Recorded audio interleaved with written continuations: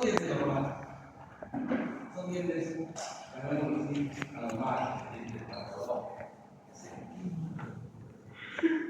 La idea es de que cuando se denomina este tipo de dientes, pues, se queda en que estos dientes corresponden a un grupo de patologías llamadas malformaciones. Todas estas son malformaciones. Se ha formado mal.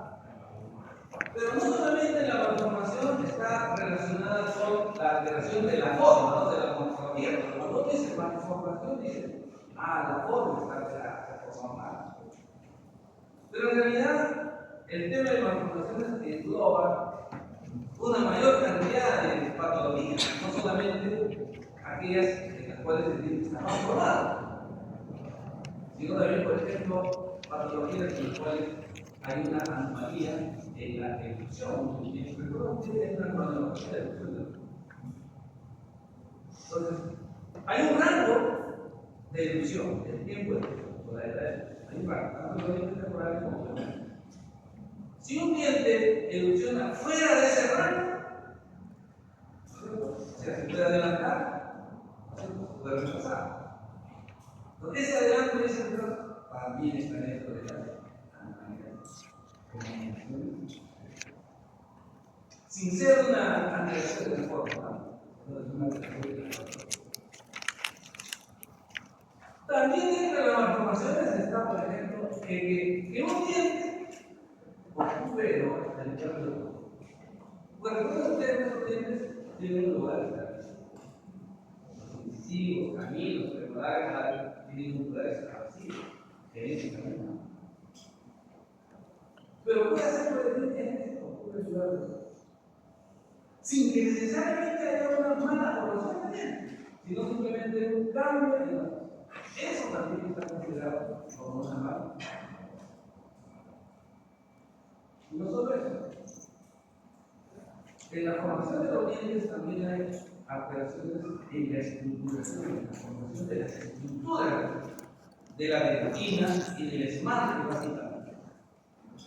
Entonces, muchas veces el esmalte puede ser un esmalte tipo mineralizado, tipo gasificado, no bien, digamos, establecido estructuralmente. Claro, eso en definitiva también va a hacer cambiar la forma, pero se basa en una alteración estructural. Eso también forma parte de la malformación. Entonces, no todo lo que observamos y que tiene una forma diferente a la normal es una malformación. No porque es una gama de malformaciones que observar. Por ejemplo, este es un dientecito que ha hecho evolución antes de y eso no le nada.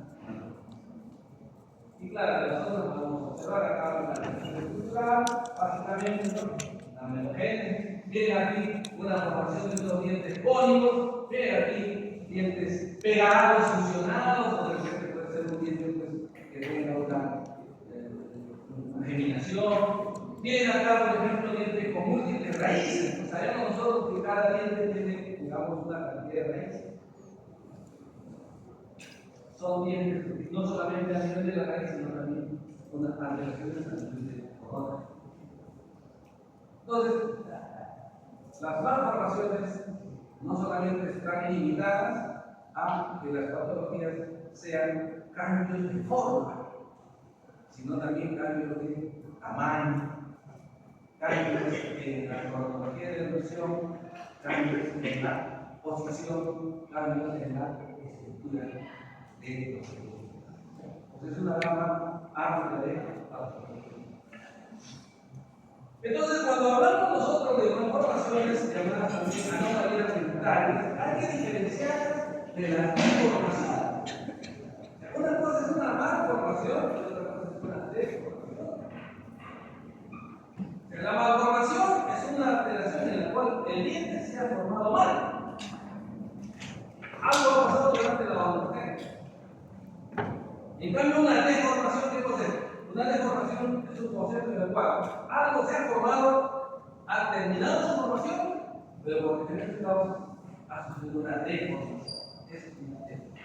Entonces, las malformaciones no son deformación. El diente no se va a deformar.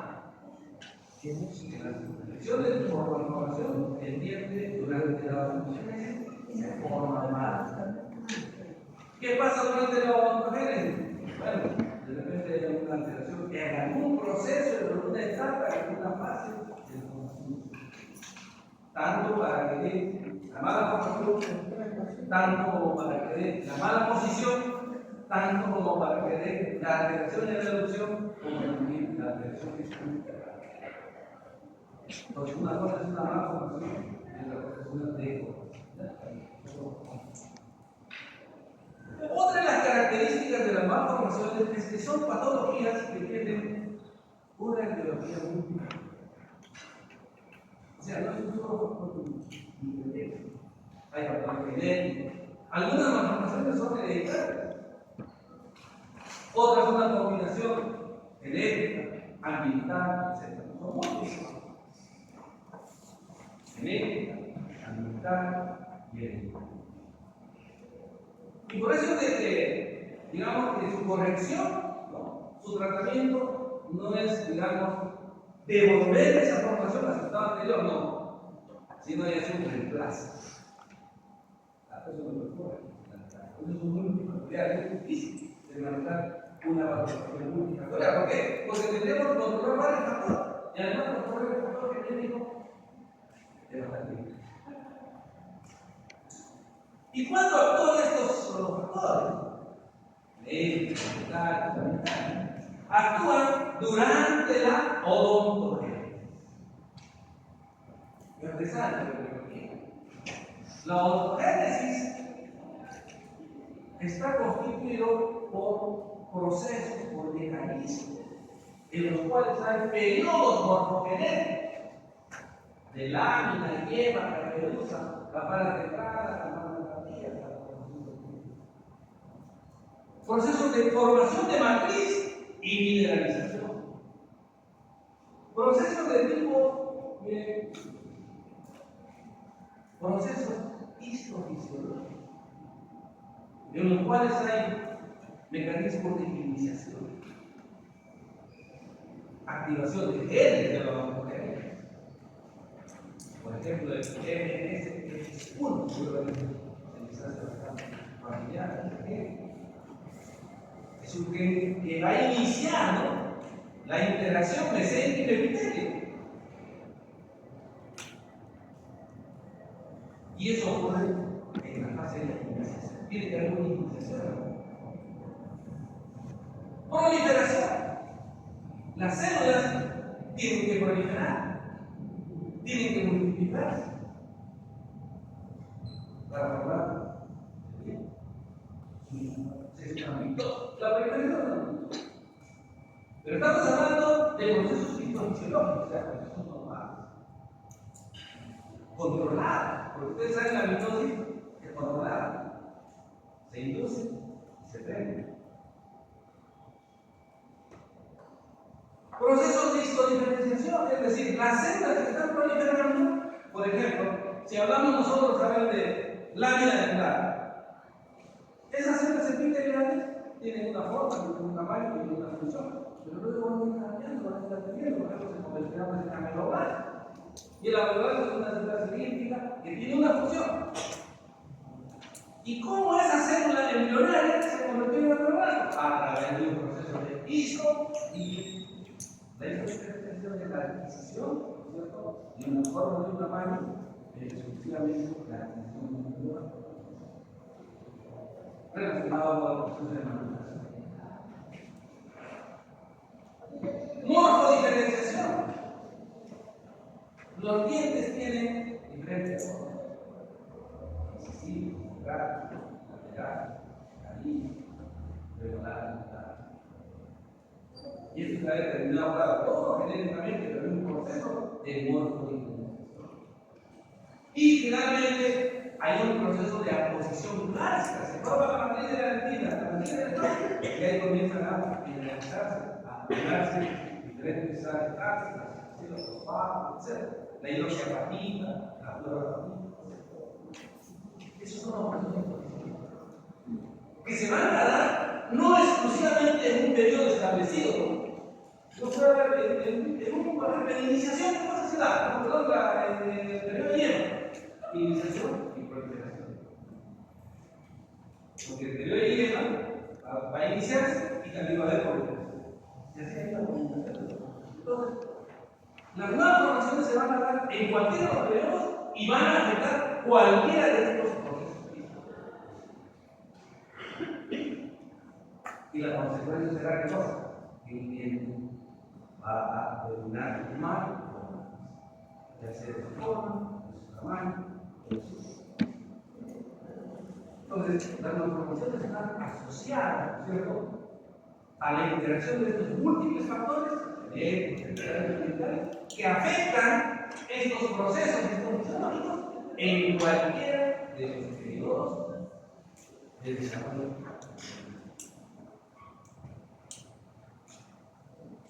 Ahora, como les decía anteriormente, la consecuencia de esta afectación es también variada. Y como les decía al inicio, ¿no?, las malformaciones no solamente van a ser alteraciones de forma, no solamente va a haber una alteración en la forma del diente, sino en el tamaño, en el número, en la cronología de deducción, en la disposición, en la ubicación, en la estructura. Todo eso constituye una malformación. Como consecuencia de la o de los procesos dispositivos. Entonces vamos a ir desarrollando rápidamente cuáles son las anomalías del número. Dentro de las anomalías del número, es decir, nosotros tenemos una fórmula dental. La deducción temporal 20, 10 y 10. La deducción permanente 32. Entonces, la disminución de la cantidad de dientes o el aumento de la cantidad de dientes, eso constituye una malformación. Si nosotros contamos y llamamos a un paciente, ¿no?, de 20 años, por ejemplo, y solo tiene 30 dientes, entonces quiere decir que posiblemente podemos estar hablando de una alteración. O si en un paciente de 20 años contamos 33 dientes, entonces ahí podemos estar hablando de otra alteración. En una la falta y en otro. Ese es el tema. Y comúnmente lo conocemos a las alteraciones en las cuales hay aumento del número de dientes o dientes supernumerarios. Esta imagen es un poquito exagerada para que ustedes internalicen. O la disminución del número de dientes. La disminución, que es la, en términos genéricos, ¿no?, aumento, dientes supernumerarios y disminución. Pero los dientes supernumerarios, o sea, los que están de más, pueden ser de dos tipos. Pueden tener, miren, la misma forma y el mismo tamaño que el diente adyacente. Entonces, cuando tienen la misma forma y el mismo tamaño que el diente adyacente, se denominan dientes supernumerarios eumórficos. Pero un diente supernumerario también puede ser, un diente que está de más, puede tener una forma, un tamaño diferente a los dientes comunes. En este caso, los dientes supernumerarios se denominan distemórficos. Entonces, los supernumerarios pueden tener la misma forma o. Pero la pregunta es: ¿pero cuál es lo más común? Lo más común son los supernumerarios distemórficos.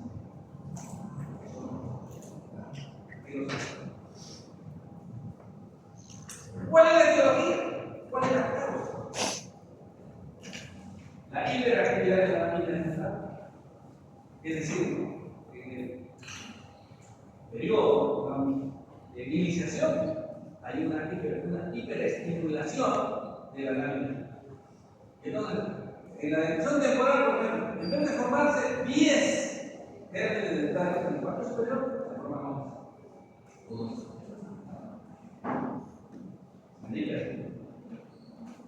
Esa es la teoría que más se acepta. para los dientes superiores. Pero hay otras teorías, la reversión filogenética. La reversión filogenética significa lo siguiente.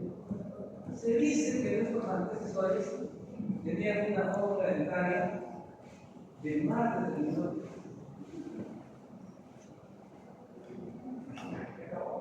Entonces, ¿qué está ocurriendo en algunas personas?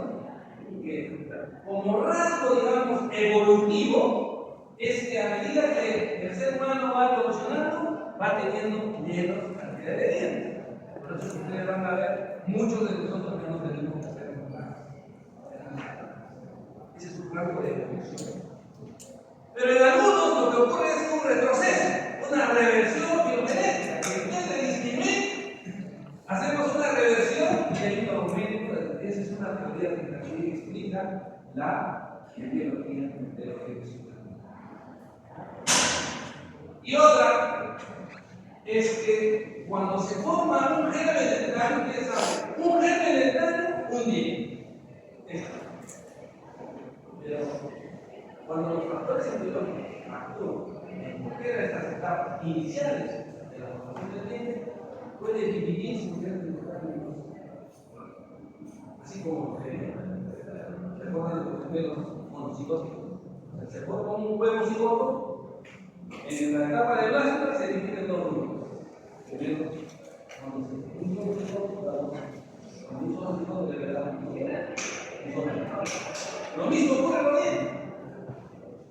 Los factores embriológicos actúan en ese momento y hacen que se forme. Que en vez de formarse un solo diente, se forme dos.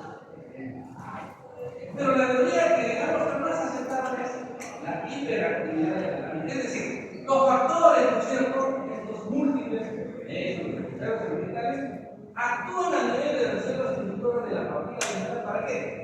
Para que induzcan más al epitelio y se forme más.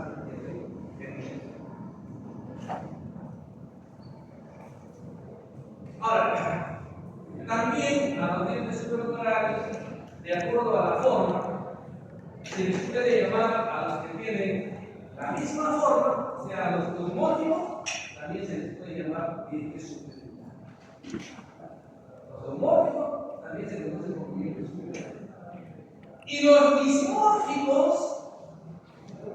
casi en el 99.9% son humanos. Y por eso que los supernumerarios que no tienen la misma forma de los dientes son cónicos. Eso se llama también supernumerarios cónicos. Y tienen esa forma como ustedes ven. Ahora, los dientes supernumerarios también pueden, además de tener, digamos, alteración en la forma, sumarse a una alteración en la posición.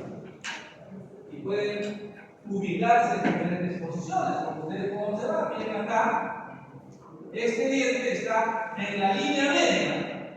O sea, no es, a ver, el mesioné no significa de que esté exactamente entre los dos incisivos centrales, no, sino que esté en la línea media. Un diente supernumerario que está en la línea media, sea entre los dos incisivos, un poquito atrás o adelante, es un mesioné. El mesioné de acuerdo a la posición. Ahora pregunto, si es de acuerdo a la posición, este diente de acá está, puede ser eumórfico como tal, o también puede ser. Este, por ejemplo, también, si tuviese dos centrales, en la línea media, este sería un cónico, ¿cierto? Ahora, también hay dientes, generalmente premolares y molares, que pueden estar ubicados hacia la parte interna, hacia la parte externa, o hacia el isquiano o hacia el distal. Entonces, en este caso, por ejemplo, este sería, si fuese una premolar, sería una parapremolar, y si fuese una molar, una paramolar. Si un diente supernumerario está en palatino o en vestibular superior, o en la parte inferior de igual manera, igual, vestibular, además, ese es un para. Si fuese premolar, parapremolar. Si fuese molar, paramolar. Si un diente está bien, como en este caso, en la parte final Miren acá, la parte final, no hay que hacerlo, porque en la parte final de la moral se determina esto. Y como ustedes ven, los supernumerarios, ¿no es cierto? Por ejemplo, acá, si aquí estamos viendo de acuerdo a la posición, ¿cómo se denomina? Usualmente los dientes supernumerarios, los dientes más formados, tienen anomalías de tamaño,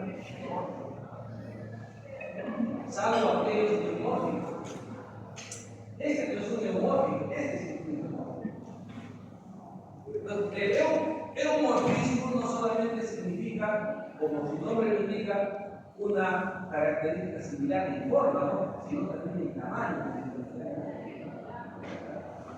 Entonces, esas son los dientes supernumerarios de acuerdo a la posición en la cara. Sí. Claro, o sea, el mesoder no necesariamente tiene que estar entre los dos incisivos, pero en la literatura ustedes van a encontrar que muchos dicen que el mesoder, pero en realidad eso es lo que comúnmente ocurre, pero generalmente también se denomina mesoder a estar en la línea, como en este caso, está en la línea media, en la parte palatina. Ahora, lo que más se presenta, digamos, como mencioné, es exactamente el movimiento de generalmente sí, pero este es un lateral. Siempre y cuando estuviese entre los dos incisivos. Entonces, miren, los dientes supernumerarios pueden manifestarse como malformaciones aisladas, o sea, exclusivas. Pero también hay dientes supernumerarios asociados a síntomas. Ustedes saben que un síntoma es un conjunto de síntomas que determinan una estructura. Entonces, hay síndromes que acompañan o son acompañados por dientes supernumerarios. Por ejemplo, ¿no? En la displasia cleidomaníaca, llamada también leucostosis cleidomaníaca. Ustedes van a recordar una de las características comunes es de que no tienen clarito. ¿Sí? Es la característica. En ellos hay dientes supernumerarios. ¿Asociadas a qué? A un gen autosómico dominante. Sí.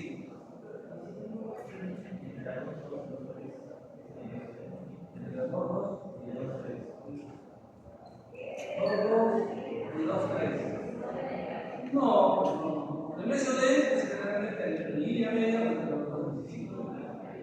Con un supernumerario homófico, dependiendo. Si supernumerario homófico. ¿Y qué es la nomenclatura, no? Para los mesoderes.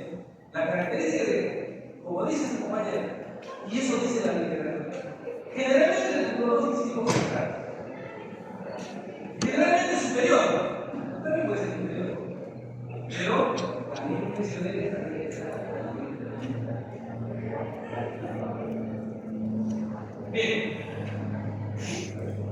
Entonces, ustedes pueden observar, asociado a un gen dominante. Entonces, ¿cómo nosotros podríamos clínicamente asociar a un gen dominante? ¿No? Y decir, oye, es un supernumerario y por lo tanto es una clase o una recepción superior. Recuerden ustedes que las enfermedades autosómicas dominantes tienen afectado en todas las células. Entonces, lo primero que puedo poder, cuando veo a un paciente con dientes supernumerarios, preguntarle, ¿no? ¿Tu papá? Tampoco. No se va a funcionar. Esa es la razón. Y en segundo lugar, el síndrome de Larry, que tiene también la presencia de dientes supernumerarios. Y también está asociado a un enfermedad. Son raras, pero también no hay que olvidar. Cuando viene un paciente con dientes supernumerarios, es cierto, la mayoría son dientes supernumerarios exclusivos, aislados, pero podría ser también un supernumerario asociado a un enfermedad. Desde el punto de vista imagenológico, hay algunas tecnologías para algunos dientes supernumerarios y que podríamos nosotros de alguna manera quizás hacer un diagnóstico completo usando imagenología. Por ejemplo, acá, ¿no? Este es un supernumeral. Por ejemplo, acá, este es otro supernumeral. ¿No? Claro, sería un disco molar. Dependiendo, ¿no? De repente este es un páramo molar, ¿no? Seguramente hacia el igual o hacia el singular. Entonces, ¿qué pasa? Que clínicamente nosotros de repente contamos la fórmula dental y está completa, clínicamente. Pero como la radiografía, por eso que el diagnóstico de patologías dentales tiene que ser acompañado con no solamente de dientes supernumerales, sino también vamos a ver de los dientes ausentes, o sea, de la mano. Ahora, cuando un paciente tiene dientes supernumerarios, ¿qué consecuencias acá? ¿Qué es lo que vamos a observar, ¿no? En la boca del paciente? Miren, aquí va el paciente. El supernumerario, lógicamente, va a tener que ocupar un espacio. ¿Por qué?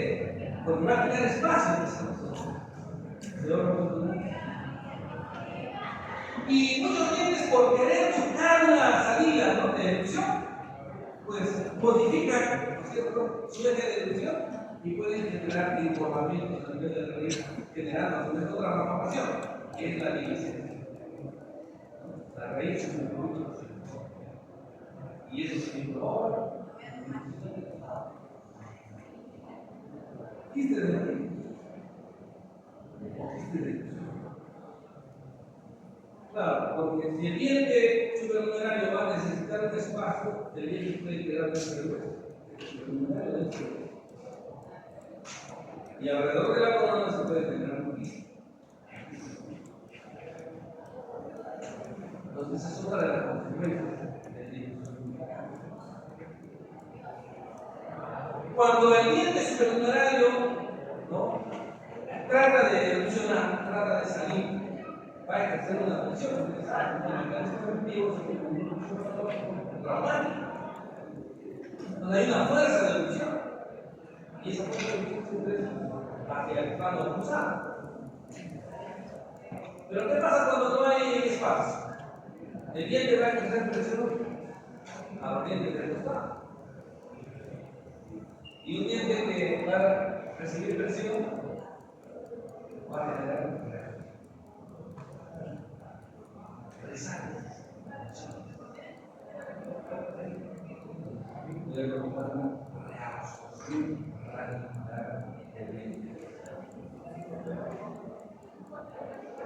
en algunos casos, en dientes, sobre todo maxilares, en dientes anteriores, los dientes supernumerares, como no tienen, digamos, espacio de salida hacia la parte bucal, para que, porque es natural, ¿no? O sea, está controlado de forma genética que el diente tiene que erupcionar. ¿Y por dónde erupciona? Por el lugar de menor presión. Entonces el diente, como no puede erupcionar porque hay dientes que no le permiten, va buscando pues, alguna zona para salir. Y muchas veces puede haber una erupción hacia la cavidad nasal. En otro caso, hay dientes que salen, dientes supernumerares que salen. Y eso tiene que ver con las famosas términos asociadas a las erupciones ectópicas. En general, la erupción nasal, que es un caso particular, está dentro de lo que se llaman las erupciones ectópicas. Un diente supernumerario, por ejemplo, ¿no? Si es supernumerario, debería de erupcionar formando el arco dental. Un páramo molar es ectópico. ¿Por qué? Porque está erupcionando fuera del arco. Entonces, los supernumerarios claro, muchas veces puede ser la erupción ectópica del propio diente malformado, pero en otros casos también puede ser la erupción ectópica del diente normal.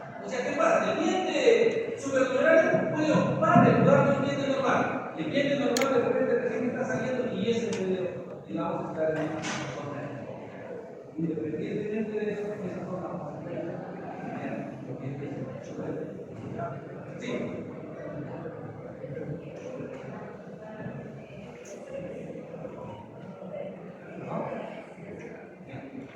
La diversificación es una consecuencia, que también es una malformación, que ahora vamos a hablar. La diversificación consiste en lo siguiente. Si este es el diente, vamos a imaginar que este es el diente que hay, ¿o no?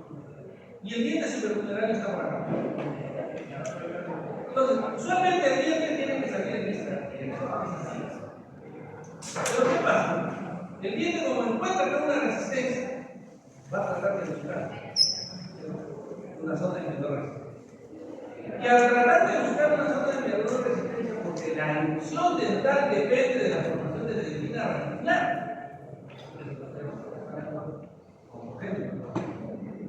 O sea, el diente funciona porque se forma la dentina radicular. Si no se forma la dentina radicular, no hay. Entonces, como se está formando la dentina radicular y la dentina se forma por dos procesos: formación de matriz, que es una matriz temporal, etc. Y luego calcificación, de las carbohidratos. Entonces, el diente que debe funcionar acá, cambia de dirección. Y al cambiar de dirección, como se está formando la raíz, deja como una colita, vamos a llamarla así, ¿no? Como una colita. Y entonces se calcifica en formato general de vida. Que es también una malformación. Que, además, miren, lo que estoy diciendo acá es que el supernumerario va a generar dilaceración, pero no solamente el supernumerario puede generar dilaceración, ahora vamos a ver. La dilaceración puede también, de repente, imaginemos que aquí hay un tumor. Y no deja de funcionar. ¿Por qué va a ser bien? Y también va a ser bien.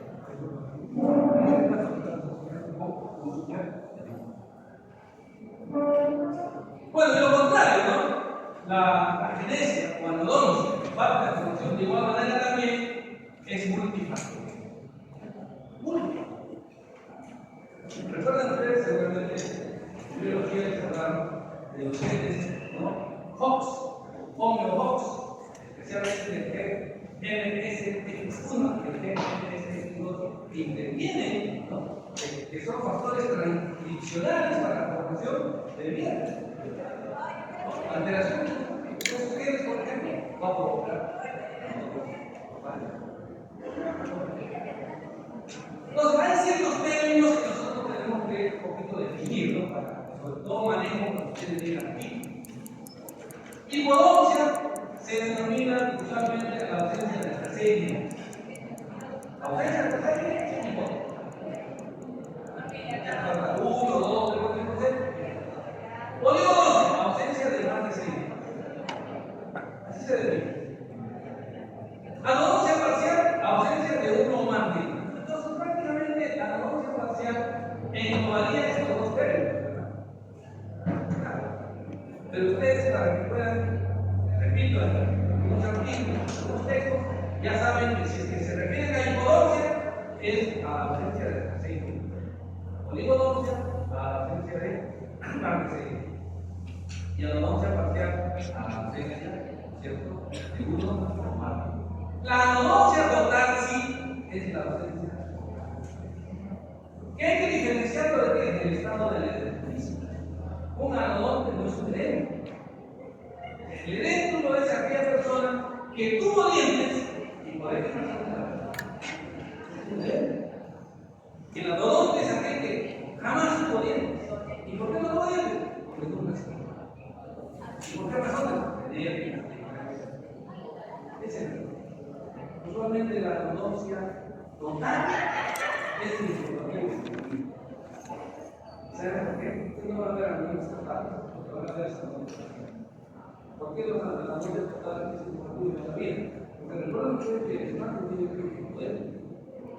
Varios se tienen que poder. Entonces, cuando se produce anodoncia total, se afectan todos los tejidos, todos los órganos derivados del entorno. Fundamentalmente, ¿qué? El sistema nervioso. La calidad, el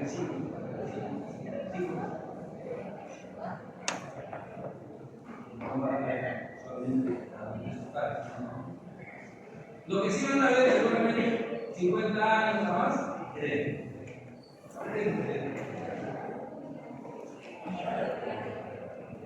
Ahora, esta falta de estímulo de formación, digamos, ausencia, para acción, digamos, de algunos genes, etc., también puede, digamos, estar asociado a algunas patologías mucho más extremas. Por ejemplo, la displasia hepática. La displasia hepática es una enfermedad hereditaria, un síndrome en la cual prácticamente todos los derivados del cuerpo van a estar afectados. Pero básicamente en boca vamos a observar eso. ¿Qué vamos a observar? Ausencia de dientes, y los dientes que se mantienen en boca están adelantados. Entonces, usualmente los pacientes con displasia hepática son pacientes que tienen la sensibilidad. Y como hay alteraciones técnicas, como hay alteraciones a nivel del cuerpo, no tienen glándulas sudoríparas. Las glándulas sudoríparas, cuando nosotros respiramos, estamos regulando la temperatura corporal. Si no tiene glándulas sudoríparas, los pacientes no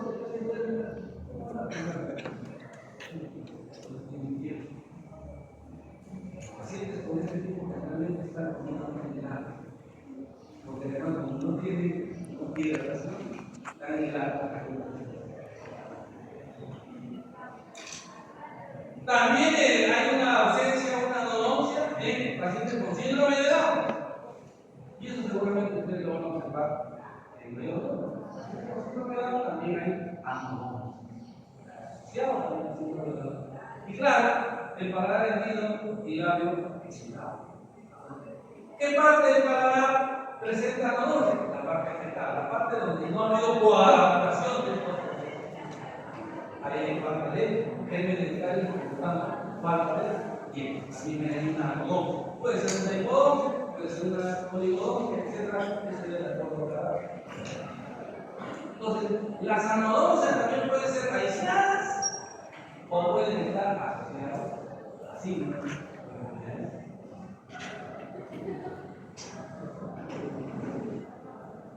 De igual manera, tenemos que hacer un diagnóstico definitivo usando la mínima metodología.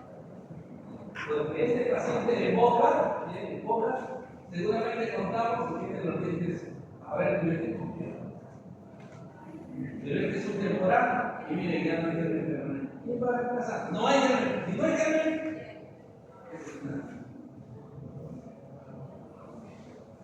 Es importante los exámenes complementarios, sobre todo imunológicos, para definir el diagnóstico de dientes supernumerarios, como también definir el diagnóstico de la rama. En cuanto a las anomalías de tamaño, rápidamente nos podemos dar cuenta de que existe una macrodontia. ¿Cuándo es una macrodontia? Cuando el diente tiene un tamaño mayor que lo normal. Ustedes saben por la anatomía dental que los dientes tienen una margen, una longitud, un ancho, etc. Dientes de mayor tamaño son dientes patológicos. Entonces, generalmente se dice macrodoncia verdadera cuando realmente el diente tiene un tamaño mayor. Por ejemplo, acá, es una macrodoncia verdadera. Pero hay una macrodoncia falsa. Cuando los dientes son del tamaño normal, pero el maxilar es pequeño. Entonces, como el maxilar o los maxilares son pequeños, los dientes parecen. Pero es que está verdadera, es que está abajo. Macrodoncia falsa o relativa. Ahora, puede ser así aislada, pero también puede estar asociado a algunas malformaciones, como por ejemplo la si ustedes observan aquí, en este niño, la mitad derecha es la parte anómala y la parte izquierda es la parte normal. ¿Qué ha pasado acá en la parte derecha? Ha habido una hemiplegador.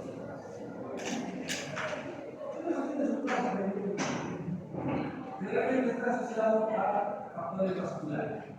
Pero ¿qué va a pasar si nosotros observamos la boca de este paciente? Inclusive el cerebro, toda esta parte de esta mitad. Que toda esta zona es más grande. Los dientes del lado derecho son más grandes. Si vemos la lengua, la mitad de la lengua es petróleo. Entonces podemos encontrar aquí también la macro asociada a este tipo. Y en cuanto a la microdoncia, generalmente los dientes son pequeños, pero además hay alteraciones móviles. Eso es lo que ocurre con los dientes, con los microdientes. Generalmente los microdientes aislados, porque puede haber una microdoncia también de igual manera relativa. ¿Qué pasa, por ejemplo, con un maxilar grande y con dientes pequeños? Pues aparenta, obviamente, ser una microdoncia también relativa. Hay una microdoncia verdadera y una microdoncia relativa. La microdoncia verdadera generalmente va acompañada de disminución del tamaño y alteración del morfología del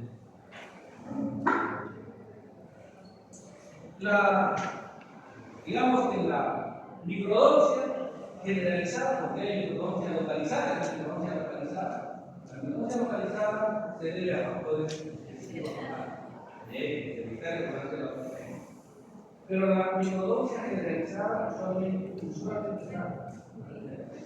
asociada al analismo universal, a una distribución de la distribución universal. Cuando hay disminución, hay un analismo universal. Disminución de tamaño y disminución del tamaño también de todos los órganos individuos. Si usted ve un paciente, por ejemplo, que 40 años, aquí, etc., tiene dientes pequeños, es casi seguro que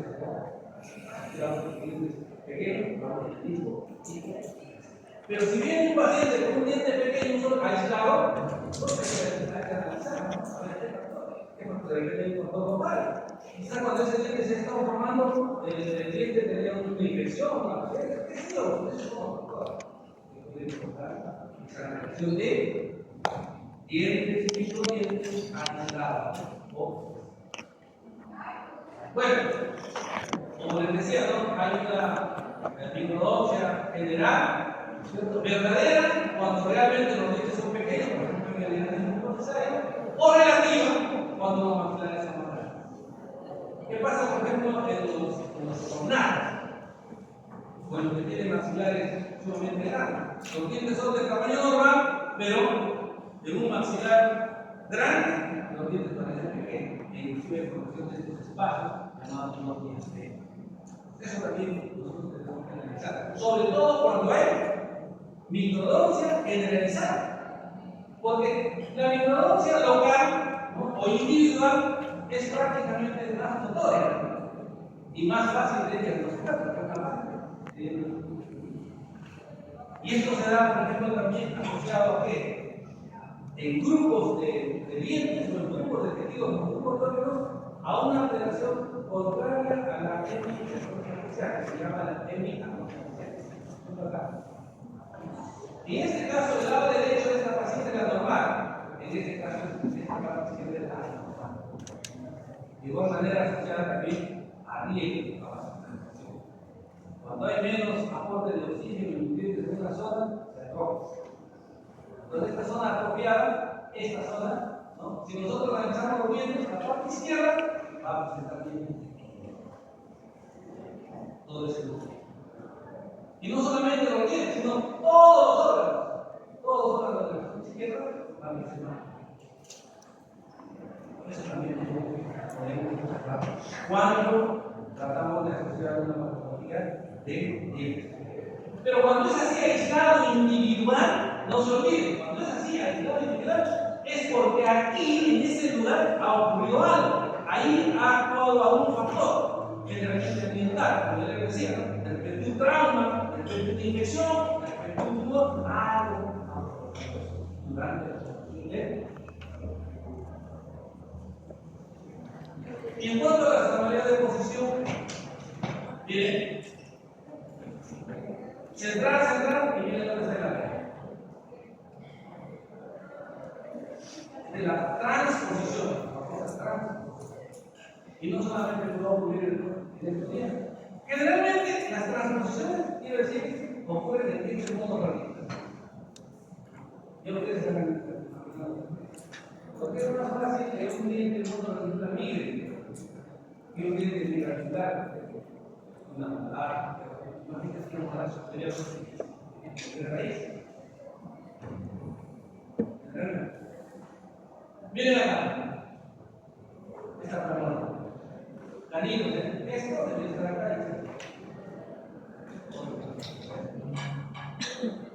Como les decía, generalmente factores ambientales. Nuestra labor es identificar nuestra causa.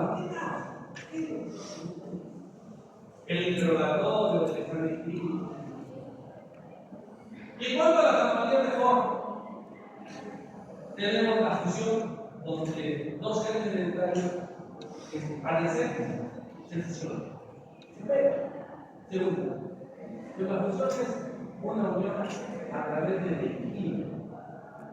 Solo se unen a través del químico.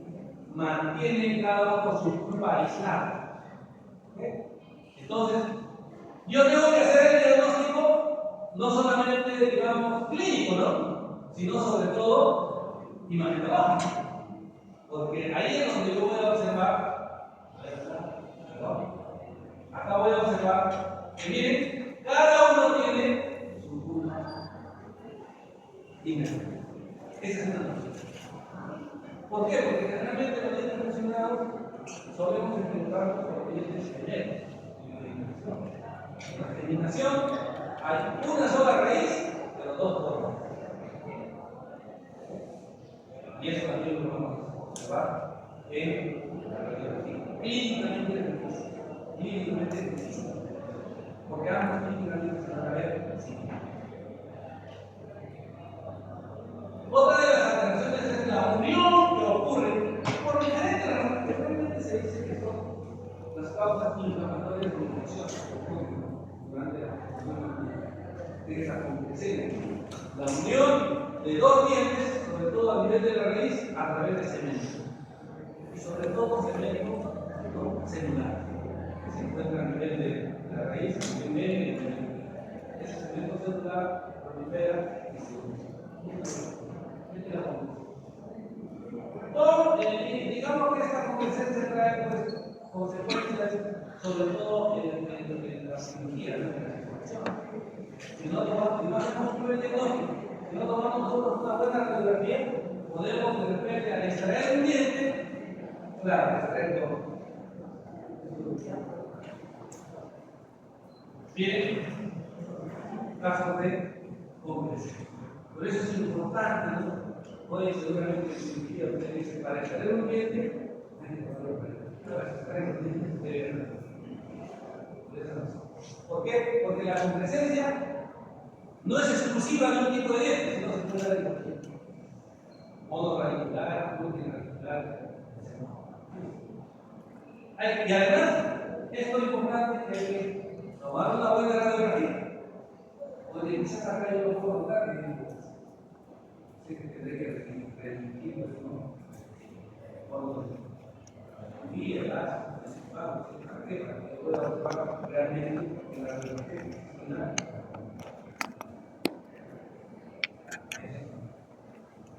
Y la germinación, que es, digamos, similar clínicamente a la fusión que les había mencionado, afecta con mayor frecuencia a los dientes primarios. Es otra característica de los dientes de leche.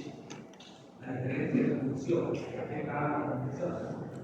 Entonces, aquí en la germinación, el esmalte y la dentina, esa es otra característica. Pueden, no generalmente, pueden estar hipoclásicos o hipoclasificados. A diferencia de la fusión. En la fusión no, en la fusión el esmalte no está hipoclasificado, ni hipoclásico, es normal. Pero aquí sí puede haber, esa es otra diferencia para poder hacer el. Y otra característica, que como son dos coronas que están juntas, el surco, ¿cierto? Intermedio, bien, es más notorio y va hasta la región cerebral. A diferencia de la emoción, en la emoción ese surco no está en el cuerpo.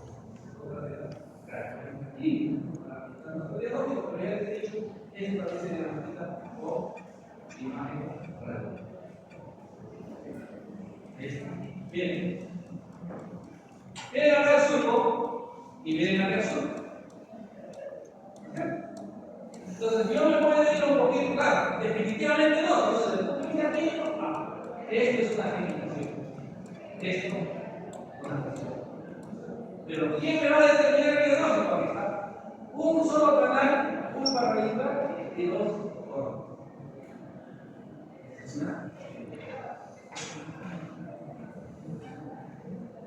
Otra de las malformaciones que ocurre a nivel de pulpa, básicamente de pulpa radicular, es el taurodontismo odontológico, que existe en forma aislada y que también está asociado a un mucino, si acaso. Entonces, y afecta tanto a la elección temporal como a la elección permanente. Entonces, es una extensión, la pulpa se extiende, o sea, la cámara pulpar se extiende hacia la zona vital. Hay una extensión, un aumento. Ya no va a haber pulpa radicular. Se llama taurodontismo, ¿por qué? Porque, bueno, al final los ápices van a aparecer entre los cuernitos. Y ahí viene. La característica es de que la pulpa no se extiende. Hay una clasificación interesante, ¿no? Este es un diente normal, que para el efecto de la clasificación del taurodontismo se llama diente sinodóntico, no diente normal, pulpa normal. Esto se llama hipotaurodontismo. O sea, hipotaurodontismo, digamos, una extensión, digamos, inicial de la pulpa. Aquí hay un mesotaurodontismo, una extensión un poquito más avanzada, y un hipertaurodontismo, miren que es una extensión mucho más. Y donde podemos observar que miren, aquí prácticamente los ápices prácticamente son pequeños, a manera de unos casos, unos revitos.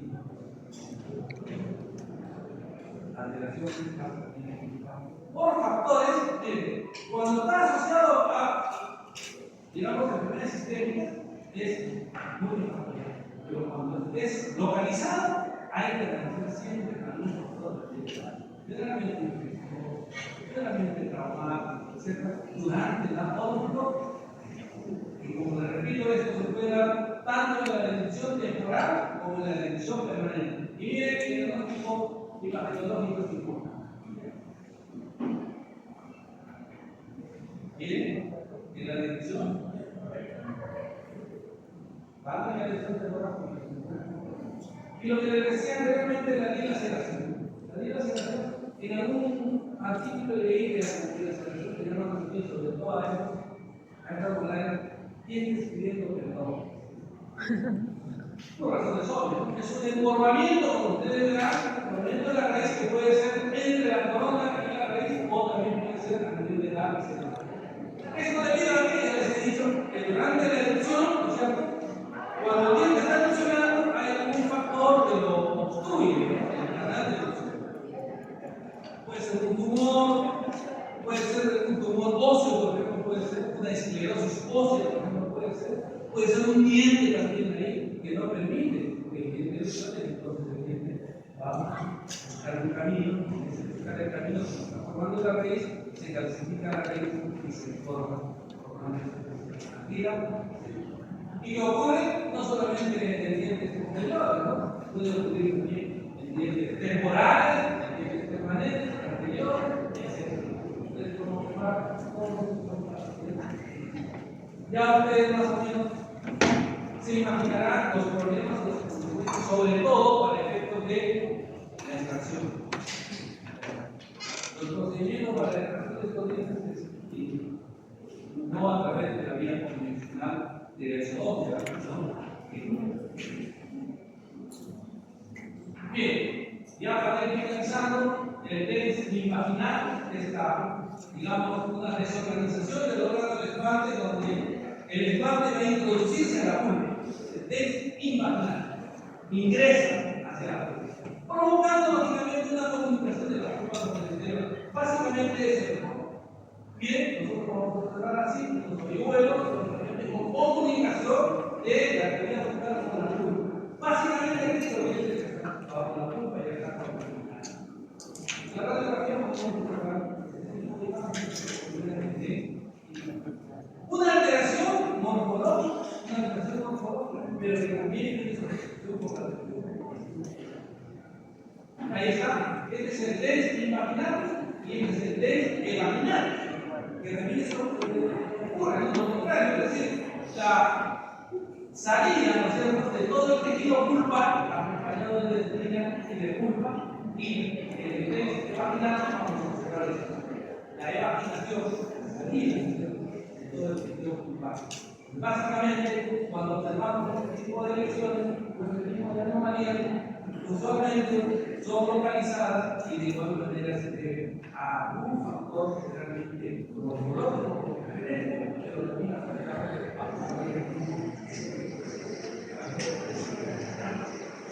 Ahí está. Debes imaginar.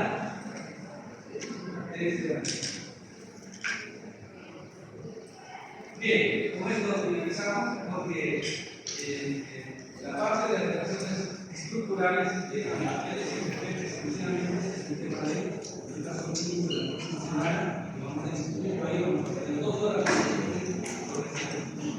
vamos a comenzar en la que se señalan las alteraciones de la evolución, de las cuales vamos a rescatar algunas. Los dientes natales, los dientes natales son aquellos dientes que aparecen justo en el momento del nacimiento. O sea, al niñito de bebé que nace con eso. Eso se llama diente natal. Es una alteración del diente. O los dientes neonatales. Los dientes neonatales son los dientes que nacen después del mes. Una cosa es un diente con el cual se nace y otra cosa es una que ha nacido desde niño de ilusiones. Hay dientes pretemporales, dientes que, digamos que, erupcionan antes de la erupción de los dientes temporales. Y hay dientes post-permanentes. Por ejemplo, un diente post-permanente será, por ejemplo, un paciente de 30 años que decide estar en un tercer año. La tercera temporada de la carrera de ustedes, y 2 a los 40 años, ya no, es realmente post-permanente, de acuerdo a Dios. Pero estos dientes no solamente, digamos, son malformaciones aisladas, sino también algunas de ellas están acompañadas o acompañan a ciertas enfermedades, ciertos signos. Uno de ellos que quiero comentar es el síndrome de Riga-Pérez. El síndrome de Riga-Pérez es un síndrome que afecta a niños que tienen dientes natales o dientes neonatales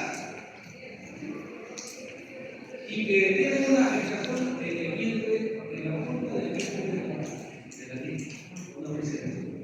¿Por qué? Porque todos ustedes los dientes tienen una palmadora, cuando tienen estos dientes natales o neonatales incisivos superiores, la lengüita y el raspa con dientes natales se forman un consenso. Diente natal o neonatal con úlcera aerodentínica y con consecuencias sistémicas, diarrea, malestar, llanto, etc. del niño, síndrome de Riga-Pérez. Pero, cuando se escribe el síndrome de Riga-Pérez, le agrego como complemento de esos niñitos con lágrimas. Ese dientecito también produce ulceraciones en el pezón de la mamá y a veces mastitis. Pero eso ya no pertenece a la mastitis, la alteración de la mama es una alteración complementaria. Por supuesto, el síndrome de Riga-Pérez es el síndrome de niño. Vean, asociado a dientes natales o dientes neonatales. Úlcera que se encuentra en la parte interna de la punta, solamente la punta de la parte interna. Y el niño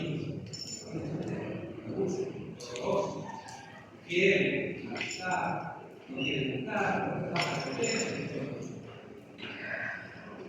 Muy bien, no sé si hay alguna